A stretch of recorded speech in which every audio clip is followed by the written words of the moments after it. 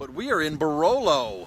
We are, I'm actually on the hillside right now looking down into the commune of Barolo. Barolo is a very famous vineyard area here in Italy. We just did a tour of Marchesi di Barolo. Fantastic Barolo winery here that makes Barolo, makes the Barolos. They're aged for a minimum of 36 months, I believe, and a year in the bottle. It's a commune. That's the commune of Barolo, where the famous Barolo wines are made. There's vineyards everywhere here. The soil here is very, very clay rich, and it kind of changes as you go down the mountain here and go back up to the peaks. The soil changes, which is why Barolo has a lot of single vineyard designations here.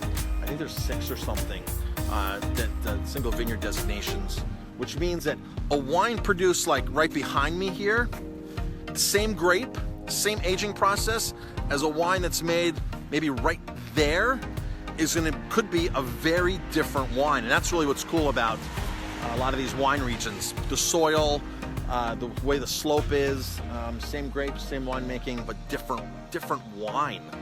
You can taste the differences in them. So just to put this in perspective here, we're in Barolo. Barbaresco's right here. Monferrato's right here.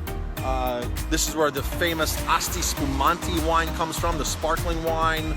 That's in this whole region here.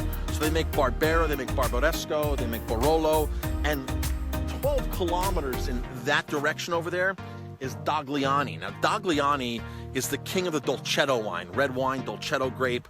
If you like Dolcetto, folks, you must try Dogliani. After here, we're gonna be spending 2 days in Lamora.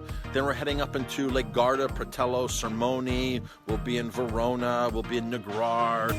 We'll be in Valpolicella, Lugana, all through Soave. And again,